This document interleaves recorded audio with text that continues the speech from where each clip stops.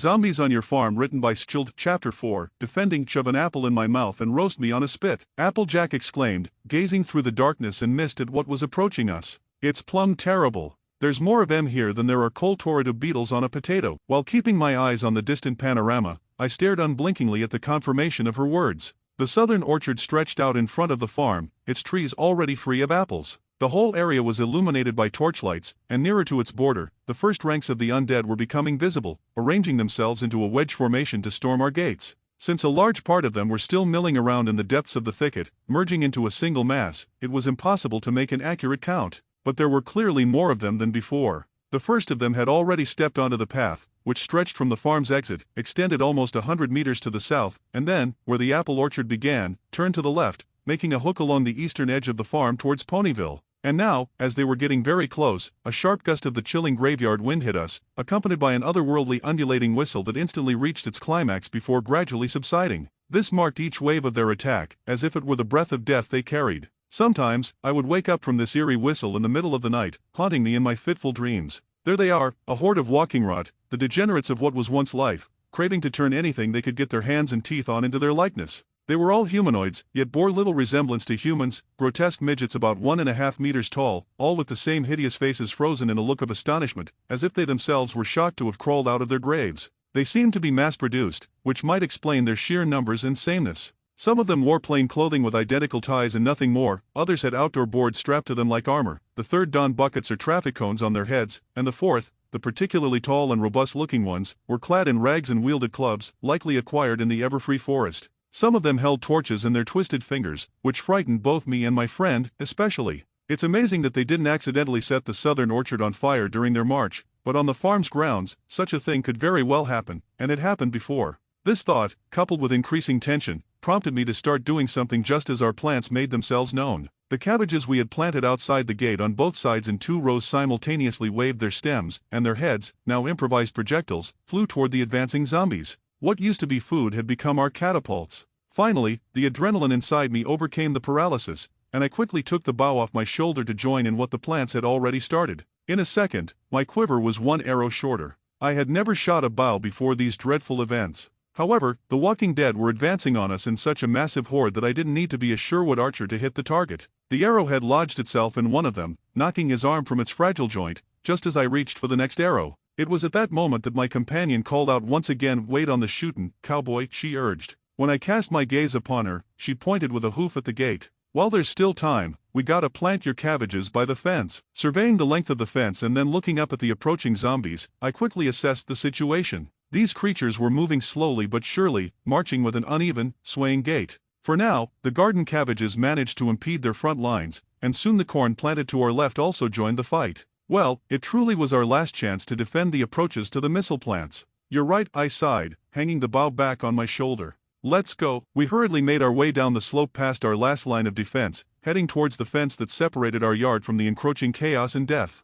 In the meantime, the cabbages in our garden did their best. The heads they launched rained down on the rows of zombies, making them stagger, at times knocking them off their feet, or even taking off limbs with a strong blow. Some precise throws even decapitated the creatures. But they still relentlessly pressed forward, showing no hint of self-preservation instincts and emitting chilling growls in clear anticipation of our flesh. With each passing second, their horde came closer to the fence, but before reaching this obstacle, they had to cross our front line of defense. Right in front of the fence on either side of the path, trenches stretched, dug by the Royal Guards while they were still alive. Their bottoms were filled with water, and stakes protruded from the ground. We had to regularly replace them. Usually, we planted rows of first-order defense plants behind them, but this time we were running low on seedlings. So the space between the ditches and the farm's territory had been left empty since the attack 2 times ago. These fortifications forced the zombies, for the most part, to advance towards the gates, where they faced a barrage of pea pods and porcelain roses. Still, a few were determined and made their way through rough terrain, gradually destroying both the stakes and the fence.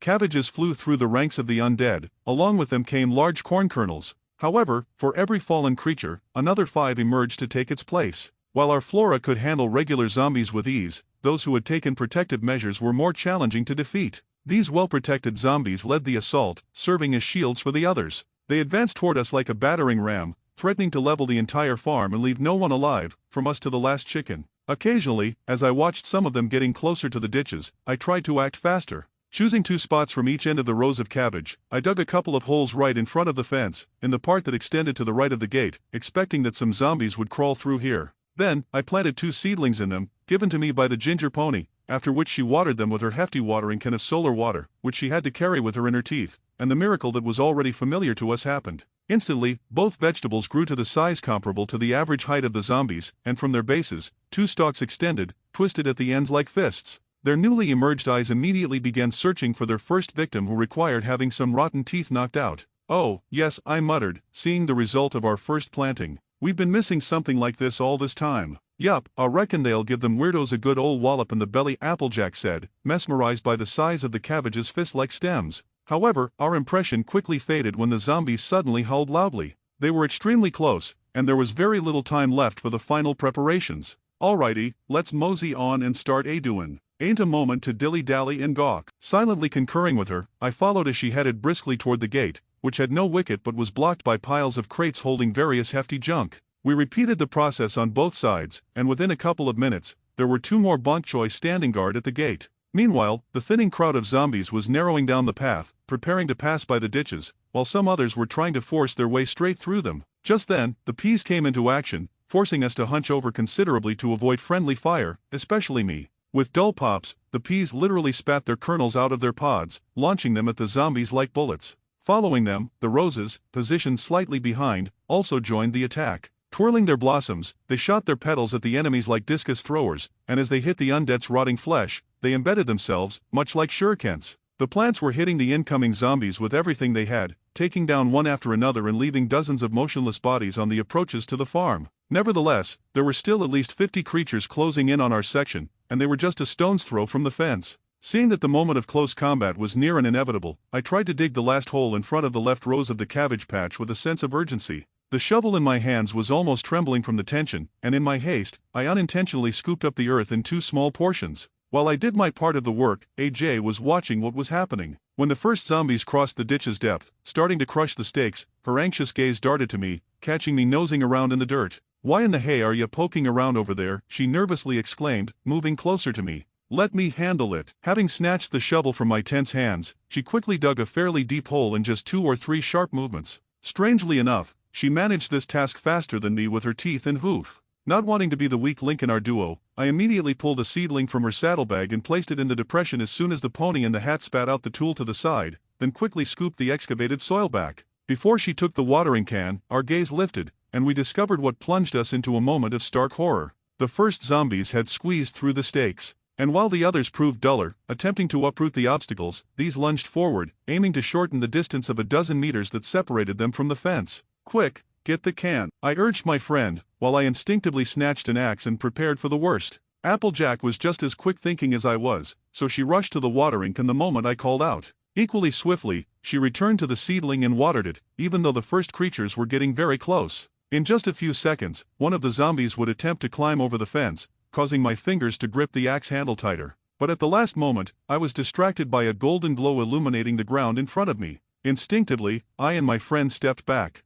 Another bok choy had sprouted just as rapidly as the others, and as the rotten hands clutched the fence, the plant stalks unleashed a series of powerful punches against the undead enemy. AJ and I stood behind the tall Chinese cabbage, watching in amazement as it began to pummel the advancing zombies who were drawing near. Holding back the undead with hooks from both sides, the massive stems pushed them away until finally finishing the combination with a mighty uppercut that sent empty heads tumbling from hunched shoulders. However, just as the bok choy knocked the second zombie off the fence while it was hurriedly trying to climb over, another gust of wind blew from the thickets. It was accompanied by a horrifying demonic whistle, and suddenly, the ground beneath our feet trembled. The tension within me flared up with renewed strength. I barely had time to blink before I felt a powerful grip on my leg. Instinctively, I jerked backward and lowered my gaze, discovering a vile hand emerging from beneath the ground, clutching me. They would sometimes do this, attacking from the depths, as if they were moles, in unexpected places, making it their most dangerous method. In terror and revulsion, I swung my axe, chopping the hand off at the wrist, but the fingers kept clinging to me.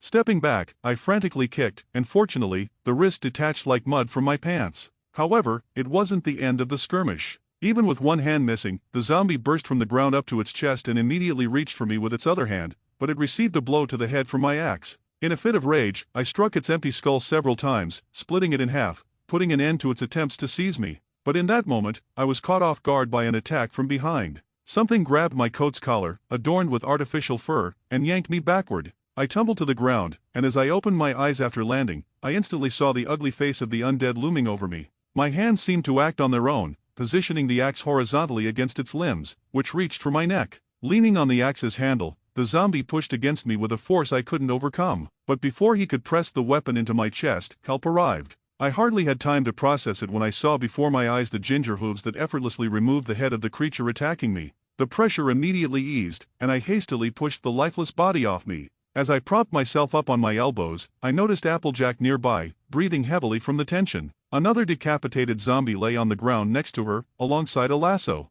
"How ya holdin' up?" the farmer asked, extending a hoof to me. Once I accepted her assistance, a new wave of terror washed over me. Behind Applejack, another creature had risen, its hands already reaching for her. Springing into action, I readjusted my grip on the axe and, just as my partner managed to leap aside, I swung the blade with force into the zombie's jaw, shattering it into pieces and thus pushing the foe back. Without allowing it a chance to recover, I delivered a knockout blow with a second swing. As soon as the deed was done, I cast my gaze down at the ginger pony, who had once again prepared her lasso for battle but hadn't had a chance to use it as intended. "Not very well," I nervously replied, finally answering her question. And once again, the zombie's howls echoed throughout the area, causing our hearts to skip a beat. Immediately, we cast our glances across the battlefield. Only a few zombies continued to advance through the ditches, and our bok choy stationed behind the fence were confidently pushing them back on both sides, especially since some of the undead were still trying to uproot the stakes, attempting to ease the path for the next wave, which was already visible on the horizon. A larger crowd was approaching from the south orchard. We hadn't even finished dealing with the first wave when the second one was already knocking on our door, and that's putting it lightly. Turning our heads towards the gates, we witnessed firsthand that repelling the first attack was not on the agenda yet. Focusing their main forces at the gates, the zombies pushed past the barricade of crates and stormed into the yard in great numbers. No matter how much the plants in the rear line of defense fired at them, or how hard the two bok choys pummeled away at any adversary, the invaders were multiplying on the farm's territory by the second. Dozens of them pressed against the gates, either trying to squeeze through or attempting to climb over the fence. Those in the front lines were already launching an assault on the plants closest to them. While the Peapods barrage mowed them down one by one, denying access to their positions, the Chinese cabbage faced a harsher ordeal. They surrounded it from all sides, tearing it apart and devouring it. "Goodness me!" exclaimed the pony in the hat, aghast at the dire situation the two bok choys were facing. "They're swarmin' like locusts on the crops. Your cabbage ain't gonna make it without the sunlight water." Articulating her convulsive thoughts, the blonde rushed to the watering can resting on the side. I immediately understood her plan, so I hurried after her, shouting as we ran, "I've got your back." With these words, I also swapped my axe for a bow, fully aware of the risk my friend was taking. She intended to water one of the bok choys with a dose of sunlight water, which required her to get dangerously close to the undead, but it was the only way to hold off their massed assault. You see, the magic of this liquid significantly boosted all the combat abilities of the fully grown plant for a short period of time, and to deal with the influx of the walking dead at the gates, the Chinese cabbage desperately needed it. Together, we swiftly raced between the fence line and the rows of cabbage, as their heads launched above us like artillery shells, fired toward both the gates and the ditches. When we reached the chicken coop, which was positioned very close to the point of the maintained defense and thus was lined with metal, I stopped and knocked an arrow onto my bow, while Applejack did not slow down and quickly made her way to the bok choy. Zombies encircled the heroically defending plant from both the gates and behind the fence, closing in on it and trying to tear it to shreds with their teeth and hands. In turn, it peeled off new stock fists from its body, continuing the fight but unable to strike down the enemies fast enough. However, my attention was not so much on the unequal battle of the Chinese cabbage with the horde of zombies as it was on a couple of walking dead carrying torches, approaching the fence with plans to cross it. The flames they bore were deadly to the plants, not to mention my companion, who fearlessly rushed almost to the very throng of the undead. Therefore, my arrow was instantly released into one of them. I intentionally drew the string as tight as possible, causing the shot to strike his chest and bring the enemy down, while the torch flew out of his hand. Then it was the turn of the next one, but as I prepared a new arrow, something even more dangerous caught my attention out of the corner of my eye. As soon as Applejack positioned herself at the base of the bok choy, 3 zombies immediately closed in on her. Seeing the threat from them, she took a slight step back, not releasing the watering can from her mouth. In that very moment, my arrow took off the head of the first one. Occasionally, I managed to make such accurate shots. My support became evident to the ginger pony, so she overcame her fear and still leaned in toward the determinedly defending Chinese cabbage to water it as quickly as possible. The undead were already reaching out their bony hands towards her. I managed to bring down another one, but the third remained.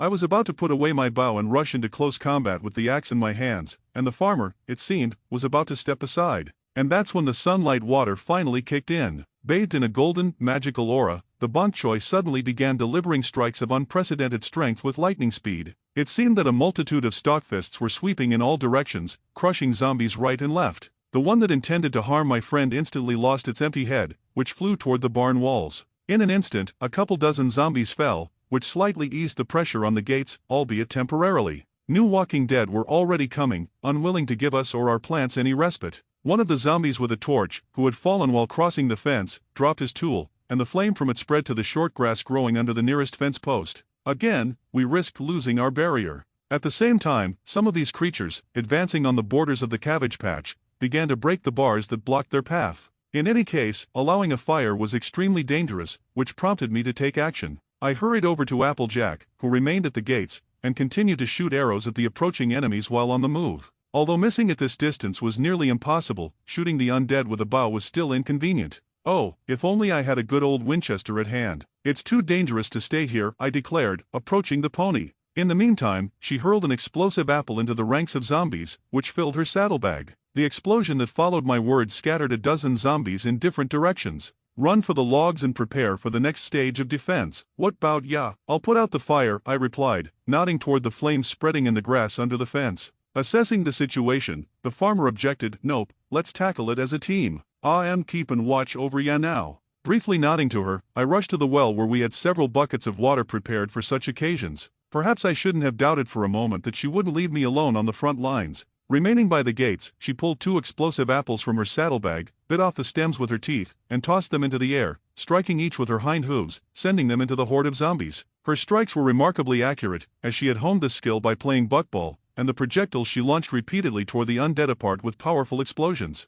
However, there were too many of them. The second wave, numbering no less than 100, had already crossed the ditch line. The plants didn't stop hurling their projectiles at the advancing enemies, nor did my partner, and the bok choys engaged in close combat with everyone approaching the fence or gates. While this gruesome battle was taking place, I returned with a bucket in hand to the site of the fire. The flames had begun to consume the base of one of the fence posts, but I quickly halted its progress by dousing it with water. The fire was temporarily thwarted. However, new zombies with torches were marching toward the fence, and as I moved a bit closer to the mare in the hat, it seemed like there was a rhythmic tremor in the ground. When the next gust of wind hit, accompanied by an eerie whistle, it became clear that I wasn't imagining things at all. Casting our gazes into the distance, my friend and I saw through the mist and the nighttime darkness the approach of the third wave from the southern orchard. Amid the flickering torches and ordinary zombies, we recognized several colossal silhouettes, which momentarily took our breath away. They were striding ahead of the next hordes of zombies, and the ground trembled beneath their steps. Each of them could easily contain a dozen of the usual Walking Dead.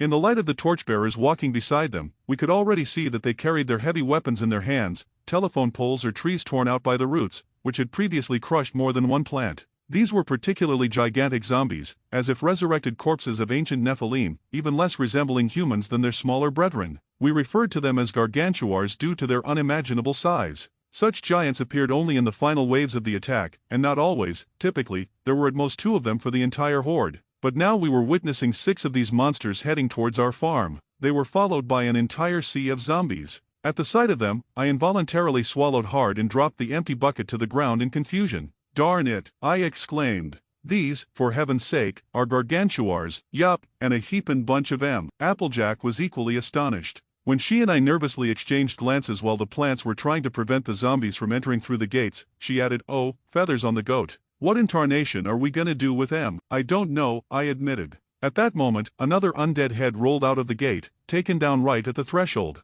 I realized that staying here was extremely dangerous. To our positions, quickly. Having called the ginger pony after me, I sprinted past the ranks of pea pods uphill towards the entrance to the barn, which was tightly sealed. I didn't have any specific plan, but I was doing what we had to do, and for now, we still had a little time to figure something out. Although there was almost no room for improvisation. The thing is, gargantuars are known for being incredibly difficult to destroy. They are so tough that a whole army of plants could barely hold them back, and with their heavy weapons, such a creature could easily crush any cabbage head or pea pod with just one blow. And now, 6 of these monsters were closing in on us. Together, we bypassed all our defensive lines and took positions almost against the barn wall on the side of the corn, which had diligently showered zombies with its seeds. In front of its row lay a bundle of hefty logs. From here, I saw how the zombies from the second wave, mixed with those who had survived from the first, descended upon the gates and the fence along its entire length. Most of the stakes had been uprooted, and the remains of the undead had so thoroughly blocked the ditches that in some places, their brethren easily passed through them. Nothing stood in their way advancing into the farm's territory, except for the counterattacks from the plants. Rushing at the fence, they tried to shatter it to splinters, while their more agile companions climbed over it and attempted to devour the bok choys who lacked enough fists to keep the enemy fingers and teeth at bay. The other plants couldn't strike these creatures in time to relieve the pressure on the gradually perishing Chinese cabbage. The second wave was already threatening to crush the first line of our defense, and the third was approaching. Those masses led by the 6 gargantuars were no more than 100 meters away from the farm. "I suggest we do what we can," I finally called out, taking an apple from my partner's saddlebag. Stricken by the sight of the battle, she eventually shifted her focus to how I hurled a fruit projectile into the crowd of zombies and snapped back to reality. Placing her belongings on the ground, she began doing the same while I took hold of my bow. It was all we could do to lighten the dreadful burden that the plants were carrying for us. Therefore, explosive apples and arrows went into our undead foes as frequently and accurately as corn seeds and rose petals. Everything that followed blended into a chaotic whirlwind of activity and the fear igniting within my soul. I loosed one arrow after another, not keeping count of how many remained in the quiver. The zombies pressed against the barrier in their path to the farm's territory, breached several sections, and nearer to the gates, one particularly fortunate undead with a torch managed to set fire once more. The bok choys fought valiantly but couldn't repel the continuous onslaught of foes, so they were gradually gnawed down to the point of offering no resistance. The one guarding the right gate was entirely consumed by the flames, though it continued to swing its stem fists until it turned into ashes. Here they massively invaded the farm's territory, these death vandals who thirst for the destruction of all that's connected to life. Even at such close range, the cabbage hurled heads at them. As they approached her rows, it vigorously struck them with its stems crowned with projectiles, as though they were heavy clubs. However, in close combat, it was not as effective as the bok choys, so the zombies confidently surrounded it, bending as low as possible, devouring it right from the beds. Nevertheless, with combined efforts alongside our flora, we fought them so diligently that only 24 or so continued to storm the yard from the second wave. We probably could have easily finished them off if not for the massive reinforcement that arrived. Moving side by side with heavy steps, the 6 gargantuars crossed the trenches cluttered with corpses, and the more agile smaller-sized zombies were already striding over what had been the fence just minutes ago. Not even the flames they had ignited could stop them as they walked through it, making it seem like the dead were advancing from the depths of hell. At that moment, I reached for the next arrow and discovered that the quiver was empty. Our situation was dire enough as it was. Not knowing what to do, I suddenly glanced down at the watering can brought here by the farmer. Perhaps that was the only thing I could do for our defense. Shedding my bow and empty quiver by the barn gates, I then took a watering can in my hands without a word to my friend and bolted down the slope. At my own peril, I raced towards the rows of pea pods, where dozens of the walking dead were already prowling. Behind them, the zombie giants loomed, their footsteps piercing the ground just as my heart did, and on their broad shoulders perched miniature zombie midgets, whose faces contorted into sinister grins. We called them imps, and I particularly loathed these ugly pricks. Knowing that the gargantuars had a habit of tossing these small bastards deep into our defense, I gripped an axe in my right hand. It was then that my fears came true. 2 zombie giants, positioned in the middle and slightly ahead of their comrades, each grabbed their dwarfish friends by the scruff and hurled them toward me in quick succession. Slowing down right next to the roses, I swiftly lowered the watering can to the ground and, seizing the axe with both hands, met the first little monster with a counterstrike that sent the tiny corpse flying backward with a shattered skull. Well, my youthful baseball training hadn't gone to waste. Following was the second imp, but I let it pass over me, bending down to grab the watering can and rushing forward because time was running out. I quickly glanced back while on the run and noticed that this little monster was already entangled in a lasso. Applejack wasted no time and followed me straight into the heart of it all. On one hand, I was relieved by her presence, but on the other, I feared for her even more than for myself. However, there was no room for doubt. I dashed towards the row of pea pods, which were firing at the zombies hanging over them with all their might, and I didn't hesitate to do the only thing that could delay the destruction of both the plants and ourselves. Hunched over to avoid being hit by the deadly rose petals, I rushed along the line of pea plants, watering them on the go with sunlight water.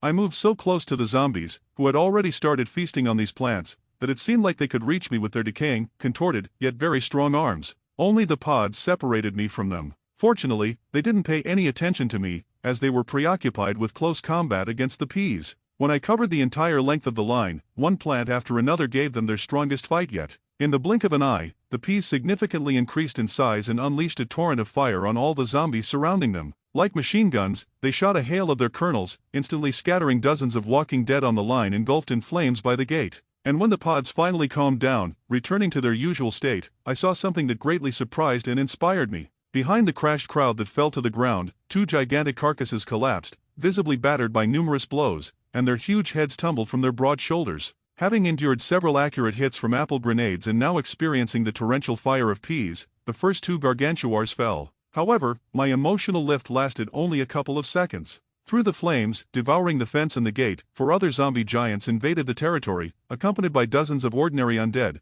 while another large group was already finishing off the cabbage. The watering can was nearly empty, even though this water was worth its weight in gold to us, and we tried to use it sparingly. With no ideas, I raced back to the last line of defense, and glancing to my right, I saw my partner doing the same thing, first throwing a couple of explosive apples at the enemies. I forced myself to come up with some kind of plan, but my mind, shrouded in the fog of combat fervor and stress, seemed to stall. Returning to the bundle of logs, with the farmer standing on the other side and hurling apple grenades into the undead, I couldn't think of anything else except giving a bit of sunlight water to the nearest corncob. Once I did that, it vomited a fair amount of corn butter, which cascaded onto the zombies like a fountain, freezing them in their tracks. In times past, we could have had a thriving food business using these plants, but now, what I did could only slightly delay our demise. I knew that this butter, for some reason, made these monsters freeze in their tracks, like statues, but it would quickly run off them, clear their vision, and they would continue their inexorable advance. In the watering can, the solar water sloshed at the bottom, so I decided to save it for the direst situation.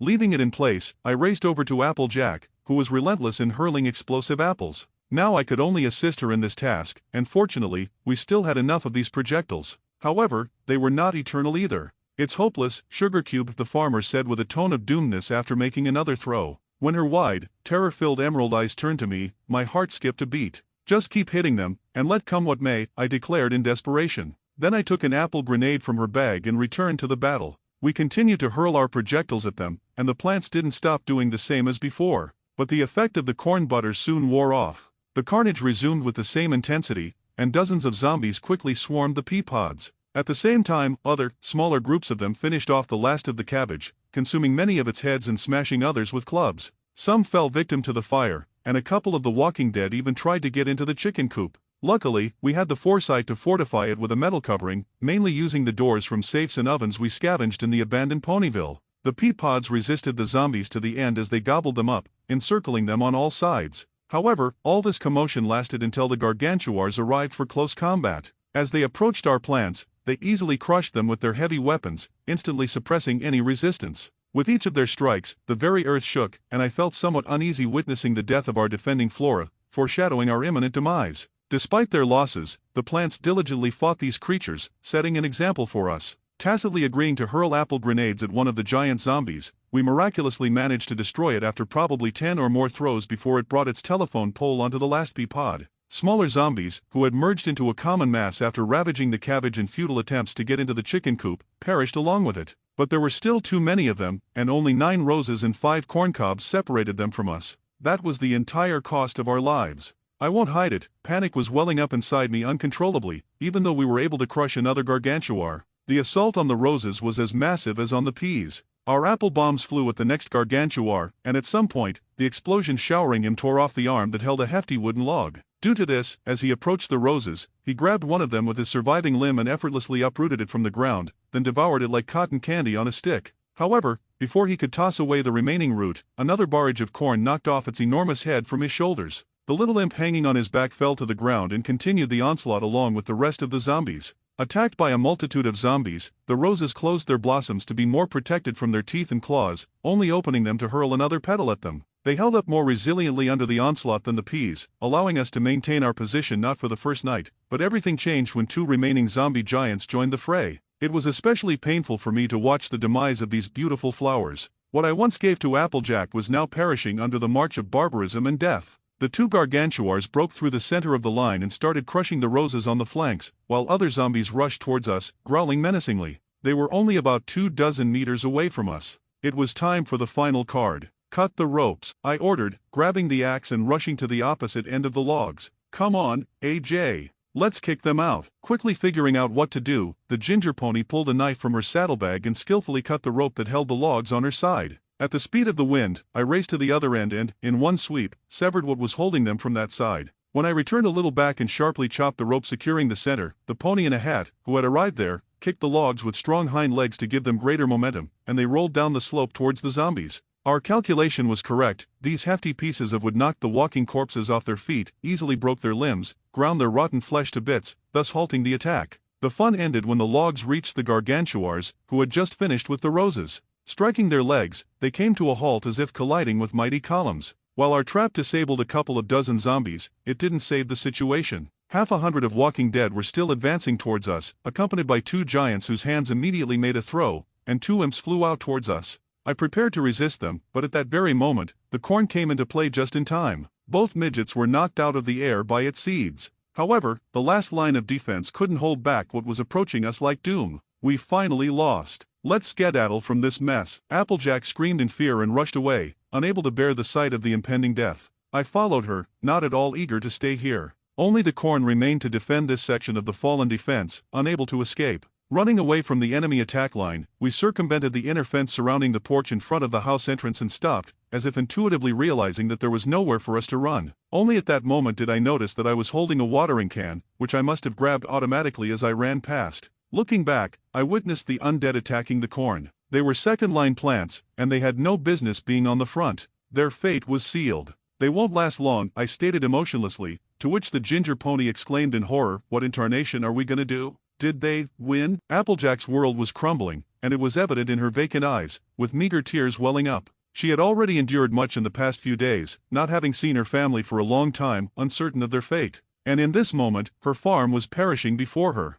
It was where she was born and raised, like her ancestors, but now a horde of zombies threatened to leave nothing standing. Sensing a tumultuous mixture of diverse and undeniably somber emotions churning within me as well, I began frantically scanning our surroundings, as if searching for anyone or anything that could help us. But only the deserted farm surrounded us, and the nearest surviving plants either guarded the northern outskirts, quite far from the barn, or were part of the home seedlings yet. We stood on the path that stretched from the exit of our farm, leading to the hills of carrot fields in one direction and to the north orchards behind the barn in the other. To our right, hay lay just against the wall, and to the left, a little ahead, a small area spread out, hosting neat rows of sunflowers. It was these sunflowers that provided us with the magical water. Although we had two more such plots on the other side of the house, we barely had enough. A few meters beyond the flowers, our torch stood, still burning. When I noticed it, a rather crazy idea immediately pierced me. But I had nothing else in mind. Having grabbed a shovel from my partner's bag, I silently began to dig two pits right in the middle of the path. My actions immediately puzzled the mare.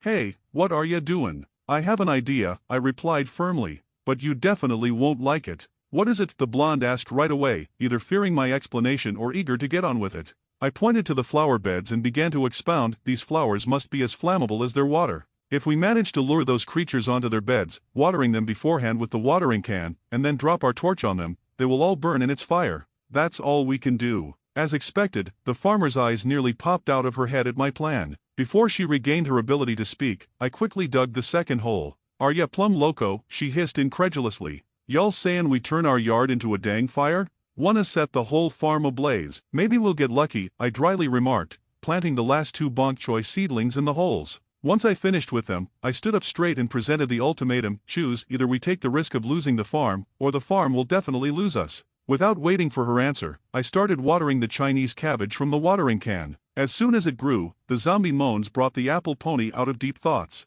When we cast bewildered looks at the barn entrance, we saw that the last corncob had just fallen, and the remaining zombies were heading towards us with their slow but inexorable steps. "Alright, if that's what ya reckon," the pony reluctantly agreed. "Well, let's get done." Seeing her determined resolve not to let the farm fall into the dirty hands of zombies, even if it meant sacrificing the entire estate, I nodded confidently. At the same time, the undead were getting closer, with only two bok choys standing between us. "This won't hold them for long," I admitted, and then immediately got down to business. "Let's go." Hearing death marching behind us, we got down to business with the quickness of prey escaping a predator. Grabbing the watering can, I dashed to the sunflower beds and began watering them with what they themselves produced, although there was almost nothing left in the can. The flowers, like all similar plants, had eyes that carelessly observed my actions, not understanding what was happening. This was evident from the cute smiles on their inflorescences. It was a pity to use them as fuel for the fire in which I intended to burn our threat, but there was no other choice. Flora regularly had to sacrifice itself for us. While I was tending to my task, AJ stepped aside and once again took hold of the apple grenades, although her throws almost immediately ceased before I could water the beds. When I returned to her, the zombies had just pounced on the bok choys, which had started dealing punches to them. "I got just 2 apples left. Reckon that oughta do to knock down the torch," the farmer said, showing me the contents of her bag. Then her sad gaze rose to our structure. "But if we go through with that, then, what bout our message to Canterlot?" If we had another plan, I shrugged in bewilderment. At that moment, one of the gargantuars flattened the right bok choy, while the left one was voraciously being devoured by the ordinary zombies. The moment of truth was approaching. Let's try to lure them into our trap. Standing amidst the sunflowers, we started taunting the zombies, finishing off the last bok choy, showering them with curses, and luring them into the fiery trap. I didn't even imagine if they understood our speech, although it didn't matter. The crucial thing was that, having dealt with the Chinese cabbage, which bravely bought us time, they eagerly pursued us, craving our brains and flesh. Standing in the way of these creatures and enticing them with our shouts was akin to attempting to mind the rails in front of an oncoming train. Fortunately, the zombie movement was much slower, though a close encounter with them was no less terrifying than death under steel wheels, if not more so. The distance between us and the zombies was steadily diminishing with each of their steps, the adrenaline level rising from the mere sight of their march until we finally stopped hurling insults. They only had a few meters to go until the first sunflowers, and the gargantuars seemed to loom over us like 2 rocks. "Run, AJ! Stay away from them," I ordered, taking the last 2 explosive apples out of her bag without looking. As if spellbound, she obediently followed my instructions and galloped away somewhere beyond the torch. Meanwhile, I began to slowly retreat backward, continuing to lure them into the heart of the flower beds. "Well, come here, you crap-headed bastards." The walking undead were right in front of me, the poles carried by the zombie giants seemed almost able to reach me, and that's when I snapped backwards away from them. Their entire horde had almost completely gone into the flower beds, signaling that I needed to hurry not to miss the moment. At full speed, I reached the torch and, without slowing down, threw an apple grenade towards the 2 supports holding the structure from the side where the undead were chasing me. Fleeing without looking back, I heard an explosion behind me, the shockwave hitting my back, causing my balance to waver. I almost fell but somehow made it to the square hay bales located closer to the carrot beds, where Applejack was waiting for me. Only when I was next to her did I stop and turn back. Before my eyes, the torch collapsed. Like a monumental structure, it fell menacingly and, in a sense, majestically onto the sunflower beds, crashing precisely onto the gargantuar ahead of the horde, crushing it with its mass. Immediately after that, flames erupted. Drenched in solar water, the flowers ignited like candles, followed by those zombies fortunate enough to avoid the torch. Even engulfed in flames, they continued moving toward us, just as they had at the gate 10 minutes ago. These horrific spawns from the underworld thirst so eagerly for our demise that they relentlessly pressed on, even now, with their putrid flesh aflame. Nevertheless, they couldn't perform beyond their capabilities, causing one after another to collapse onto the burning flower beds and never rise again. The flames devoured their decaying bodies, preventing them from advancing steadfastly. They fell one after another as we stared at them with wide eyes, unable to move from our spots. The fire raged so fiercely and intensely that most of them remained to burn alongside the unfortunate flowers, and only a few managed to proceed further. But one fell, then another, and only the last gargantuar, burning like the effigy of Guy Fawkes on the 5th of November, continued forward, shaking a huge pole also engulfed in flames. When he managed to overcome the entire length of the fallen torch, driven by instincts, I moved towards him, gripping the axe handle tightly. My heart raced at an unprecedented pace once again during this dreadful night, and my mind was utterly blank. However, before something horrifying happened, Gargantuar suddenly fell to his knee. Trying to get up, leaning on his pole, he collapsed entirely, his bulky arm, already burned enough, snapped in half. In his final moment, he managed only a muffled growl before sprawling on the ground, motionless. Before I could fully comprehend our stroke of luck, an autumn rain poured as if ordered from the heavens, and a tremor passed through the ground, as if from the fall of the last destroyed giant. Out of nowhere, with a dull crunch, something burst from the soil, followed by a scream behind me. Quickly turning around, I saw a zombie erupting from the ground, tightly gripping the bewildered Applejack. Her attempts to break free from its steel grasp proved futile, and as I rushed to her aid, pulling my axe from my belt, the filthy creature sank its rotten teeth into her shoulder. A loud cry escaped the farmer's throat as the zombie bit through her coat. Although her suffering didn't last long, as my axe promptly buried into the spine of the lifeless bastard. Forced to strike in a way that wouldn't accidentally harm my friend, I still achieved the desired effect. The zombie roared as if it felt pain, and Applejack managed to break free from its weakened grip. In horror, she recoiled to the side, and I finished what I started, smashing the creature's head, just as two more monstrosities emerged from the ground around us.